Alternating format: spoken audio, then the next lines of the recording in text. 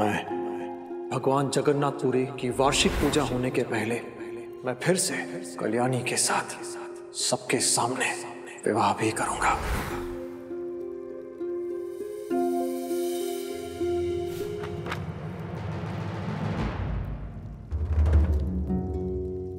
ये तो मेरी बचपन की पुस्तिका है। रुको, ये सारा सामान तो मेरा है, इसे कहाँ लेकर जा रहे हो? जी वो राधामणि जी ने कहा है कि आपका पूरा सामान बड़े कमरे में पहुंचा दिया जाए।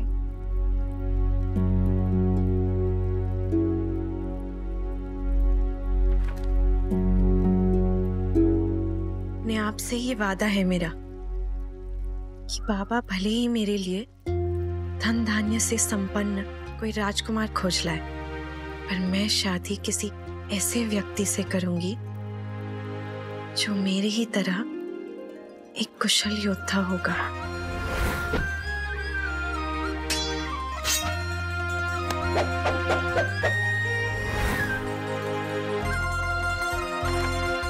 जो सबकी हिम्मत, सबका सहारा तो बने, पर कभी कमजोर पड़े तो खुद के आंसू दिखाने में भी संकोच ना करे।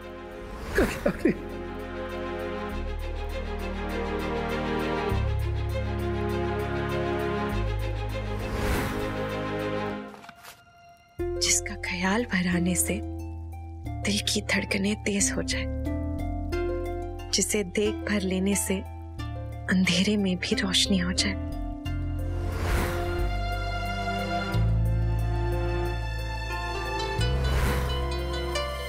जो मेरा ख्याल रखे, मुझे कोई ऐसा उपहार दे जो सबसे अनोखा हो। कल्याणी,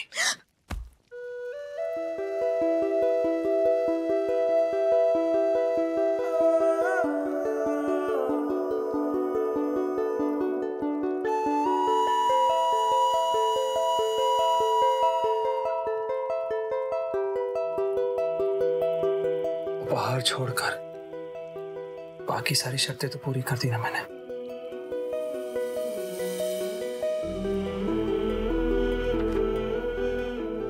किसी की निजी पुस्तिका ऐसे चुप चुप के नहीं पढ़ते। आपको तो ये पता होना चाहिए बख्शी जी।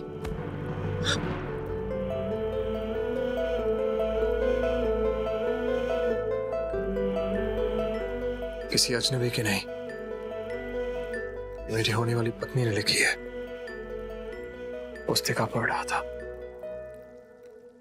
उसे तो पढ़ ही सकता हूं ना।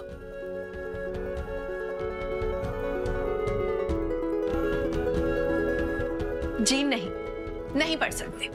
ये मेरे और उस बचपन के कल्याणी के बीच की बातें हैं। वो हमारे बीच ही रहेगी बख्शी जी। अपनी उस बचपन वाली कल्याणी से ही पूछ लो कि उसे कौन सा उपहार चाहिए।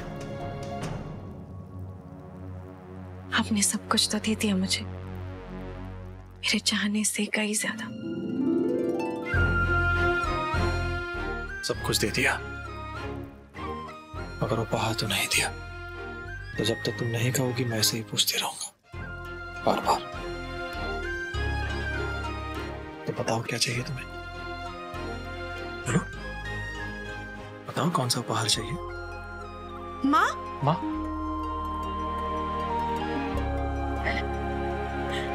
सोचकर बताऊंगी बख्शी जी।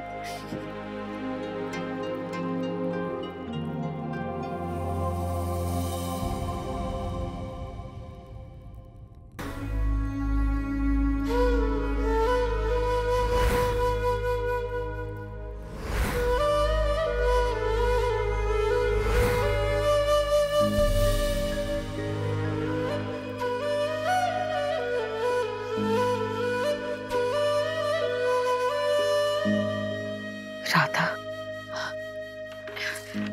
अच्छा हुआ माँ आप आ गई। मेहमानों की सूची बना रही थी। देखिए ना, कोई नाम छूट तो नहीं गया है, और किसको क्या उपहार देने, इस सब की सलाह भी करनी है आपके साथ बैठकर। आप बड़ी हैं, इन सब व्यवहारिकताओं में आपको मेरी मदद करनी होगी। और वैसे भी पंडित जी आने ही वाले हैं, वो एक बार शुभ तिथि बता दे तो निमंत्रण पत्र भी देने होंगे। इतना सारा काम है, मैं तो। इंसान का चेहरा खुली किताब की तरह होता है राधा।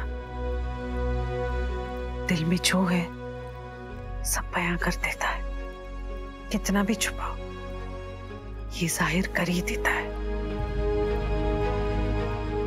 जैसे मैं देख सकती हूँ तुम्हारा ये दर्द। मुझे तुम पर बहुत गर्व है राधा। तुम जो कर रही हो वो जरा सा भी आसान नहीं है। मेरे जगबंधु ने जरूर कोई पुण्य किए हैं जो उसे तुम जैसी पत्नी मिली। समधन जी, पंडित जी आए हैं, आपको बुला रहे। जी।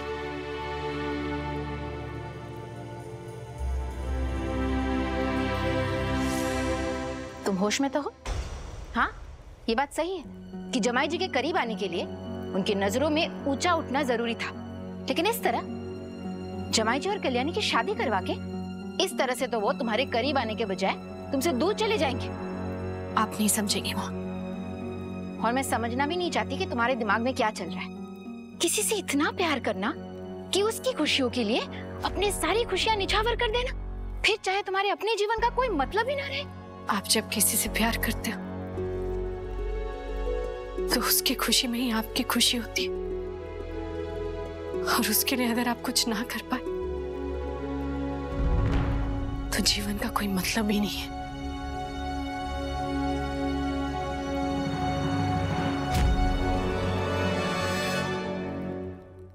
ऐसी कुंडली बहुत कम ही देखने को मिलती है बेटी। बहुत ही शुभ योग है इसमें। इसमें लिखा है जिस किसी के साथ भी तुम्हारा ब्याह संपन्न होगा उसकी सारी बाधाएं हट ली जाएगी। ये आप सच कह रहे हैं। कल्याणी ने पहले ही कई बाधाएं दूर की है जगबंधु के जीवन की। चलिए मैं आपको ब्याह की कौन कौन सी तिथियां शुभ है आपको बता देता हूँ। जी।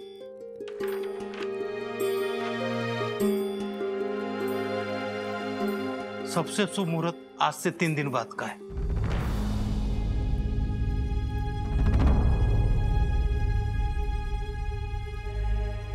तीन दिन बाद? इतने शीघ्र कैसे होगा सब? हो जाएगा माँ, सब हो जाएगा। अगर दिन शुभ है तो हाथ से नहीं जाना चाहिए।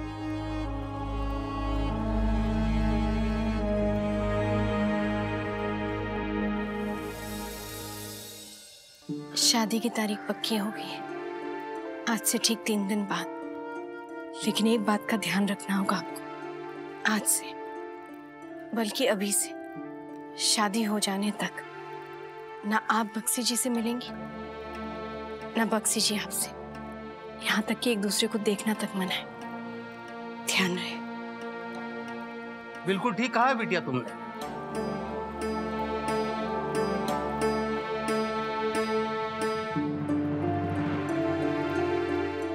ठीक है दीदी, मैं ध्यान रखूंगी। मैंने तो कभी सोचा ही नहीं था कि फिर से बख्शी जी और मेरा आप सबके सामने विवाह होगा। सोचा तो मैंने भी नहीं था, पर अब तो ये सब हो रहा है और इसी में सबकी भलाई है।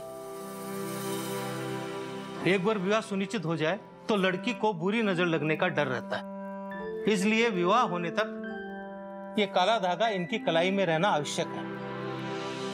ये इनकी रक्षा करेगा।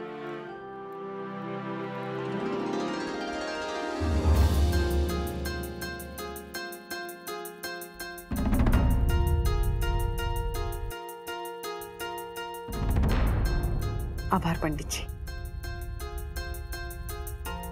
मैं सबको निमंत्रण पत्र भिजवाने की तैयारियां करती हूँ।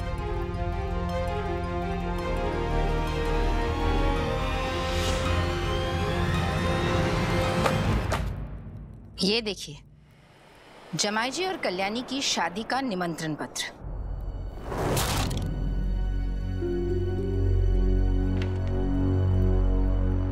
तीन दिन बाद उनकी शादी है। यहां हम कल्याणी को रोडंग से बाहर निकालने की कोशिश में लगे रहे, और वहां उसने जमाई जी के दिल में ही नहीं बल्कि उनकी जिंदगी में बसने की तैयारी कर ली।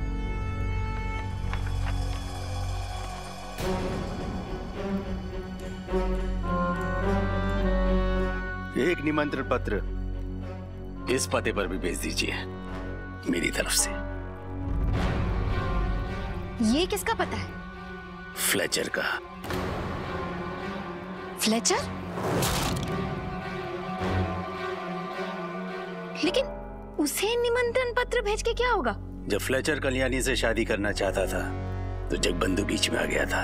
अब जब जगबंधु कल्याणी से शादी करने जा रहा है पूरे परिवार और समाज की रजामंदी से, तो फ्लेचर के पास मौका है अपना बदला लेने का। जो काम हम नहीं कर सके उसे फ्लेचर पूरा करेगा। फ्लेचर ही कल्याणी को रोडंग से बाहर लेकर जाएगा। लेकिन फ्लेचर को ये निमंत्रण पत्र भेजते हुए अगर किसी ने मुझे देख लिया तो? समधन जी ने तो अपने सगे बेटे तक को नहीं बख्शा। मुझे उनके दुश्मन को न्योता भेजते देख लिया तो मेरा क्या होगा? आपको डर ज्यादा किस बात का है पंतरा देवी? खुद के पकड़े जाने का या अपनी बेटी के भविष्य का?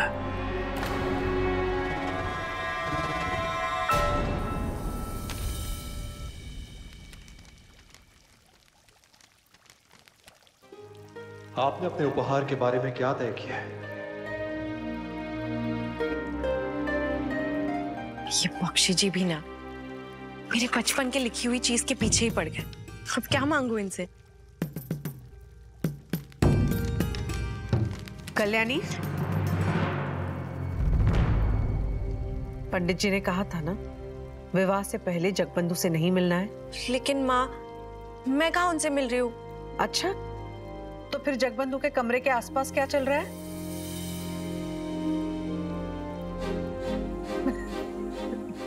माँ, मैं तो आपको ढूंढ रही थी ये पूछने के लिए कि अगर एक पत्र जल्द से जल्द किसी को भिजवाना हो तो किसके हाथों भिजवाना चाहिए। ये पत्र मैं बाबा को भिजवाना चाहती हूँ। निमंत्रण तो आपकी ओर से जाएगा ही, लेकिन बाबा को ये पत्र पहुंचाना चाहती थी। हाँ, तो मैं गदाधर से बोल देती।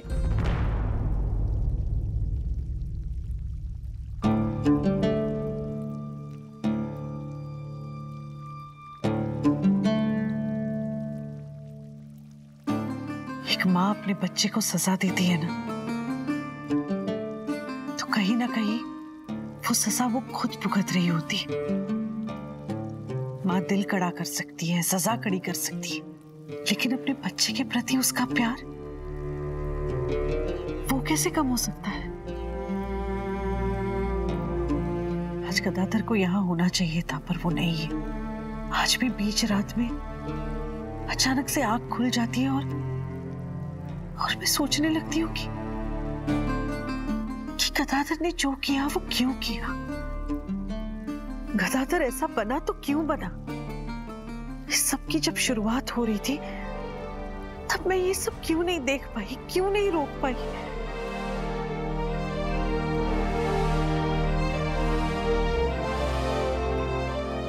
मुझे माफ कर दो।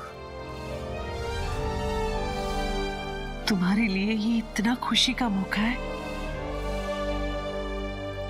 और मैं इन सब बातों से तुम्हें परेशान कर रही हूँ। माँ, ऐसी कोई बात नहीं है। आप मुझसे जब चाहे जो चाहे कह सकती हैं। और मैं समझ सकती हूँ आपके लिए हर दिन कितना भारी होता होगा। आप अपना मन तो हल्का कर ही सकती है ना माँ। अच्छा, तो मैं किसी को बोल के ये तुम्हारे बाबा तक पहुंचा दूंगी। लेकिन हाँ, जगबंधु से मिलने की कोशिश की अभी आई।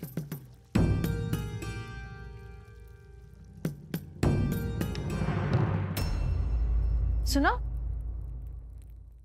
जी, ये सब लेके कहाँ जा रही हो? जी, ये मेहमानों के लिए निमंत्रण पत्र है। राधामणि जी ने कहा है सबको भेजने के लिए। रुको, एक निमंत्रण पत्र मेरी तरफ से भी जाएगा।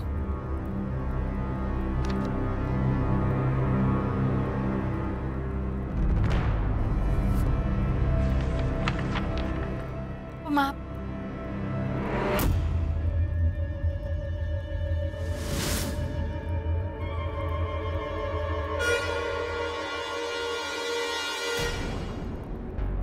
सभी खास रिश्तेदारों को तो मैंने निमंत्रण भेज दिया है, फिर ये किसके लिए? दिखाई तुम ठीक से जानती नहीं हो उन्हें। कुछ दूर के रिश्तेदार होते हैं जिन्हें ना बुलाओ तो वो बुरा मान जाते हैं। ये है कौन, दिखाइए तो। वो दूर के रिश्तेदार हैं। अब जमाई जी कहाँ जा रहे हैं? बक्सी जी को मैंने मना किया था कि कल्याणी के कमरे की तरफ भी नहीं जाना है, फिर भी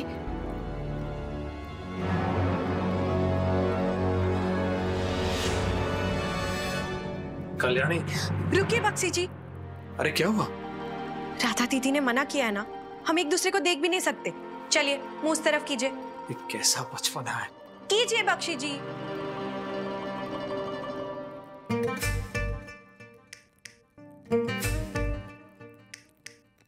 बक्सी जी, हमारा विवाह होने तक अब हमें ऐसे ही रहना होगा। पर ऐसे मुड़े रहूंगा तो इसे देखने तो अजीब लगेगा। देखा, सुना, वो दासियां हंस रही थी मुझ पर। लगने दीजिए अजीब, नियम नियम होते हैं।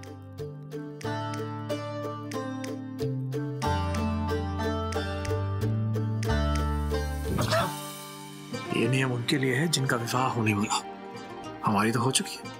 ये नियम हमारे लिए लागू ही नहीं होता है। ऐसा कुछ नहीं है बक्सी जी, ये सब चीजें बहुत महत्वपूर्ण होती है, आप समझते क्यों नहीं? मुझे ये बातें समझ में नहीं आती। खैर बताओ कि तुमने मुझे किस लिए बुलाया? अरे आपको इसलिए बुलाया क्योंकि मैंने तय कर लिया है मुझे उपहार में क्या चाहिए। अच्छा, तो बताओ ना क्या चाहिए, बोलो। बक्सी जी, गदाधर जी को वापस ले आइए।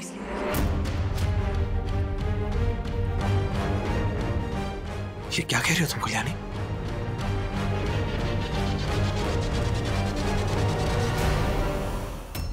गदाधर ने इस घर को, रोणन को नुकसान पहुंचाने की कोशिश की है। उसे घर में, इस घर में वापस लाने की बात कर रही हो? अपने लिए नहीं मांग रही हूँ बक्सी जी, माँ के लिए मांग रही हूँ। मैं जानती हूँ गदाधर जी ने बहुत गलत किया है, लेकिन क्या पता आपकी माफी मिलने से, अपना घर, अपने रिश्ते वापस मिलने से उनमें कुछ बदलाव आ जाए। और तिलोत्मा के बारे में भी तो सोचिए। दिन रात वो रोती रहती है इस इंतजार में कि उसके गदाधर जी कब वापस आएंगे। और माँ ने भले ही दिल पे पत्थर रख के गदाधर जी को सजा सुनाई हो, लेकिन आज भी उनके दिल का एक कोना अपने बेटे के लिए रोता है, दुखी है। और अगर गदाधर जी को वापस लाने से इन सबके चेहरे पर मुस्कुराहट वापस आएगी, तो मुझे यही उपहार चाहिए। आप बताइए बक्शी जी, देंगे मुझे?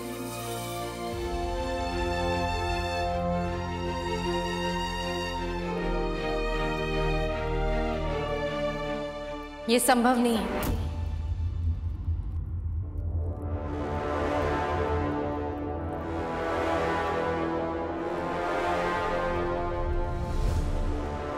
ये आप क्या मांग रही हैं बक्सी जी से? गदाधर ने मेरा विश्वास तोड़ा है, हम सबका विश्वास तोड़ा है। अपने स्वार्थ और लालच के लिए उसने मुझे और मेरे बच्चे दोनों को मारने की कोशिश की। राधा दीदी, बड़े से बड़ा गुनाह करने वाले को सुधरने का एक मौका तो देना ही चाहिए। और मुझे लगता है कि और आपको क्या लगता है कि उसे सुधारने के लिए हमें क्या कीमत चुकानी पड़ेगी? जानती हैं आप?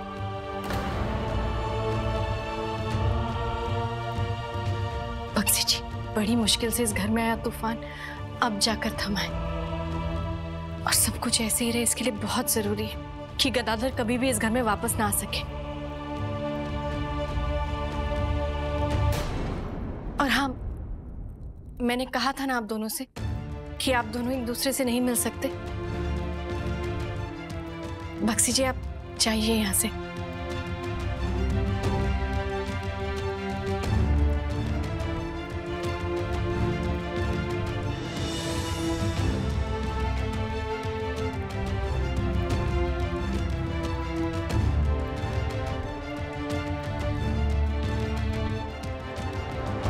कल्याणी की इच्छा इस घर के हित में नहीं है, इस घर के भले के लिए बक्सी जी को मेरा कहा मानना और समझना पड़ेगा।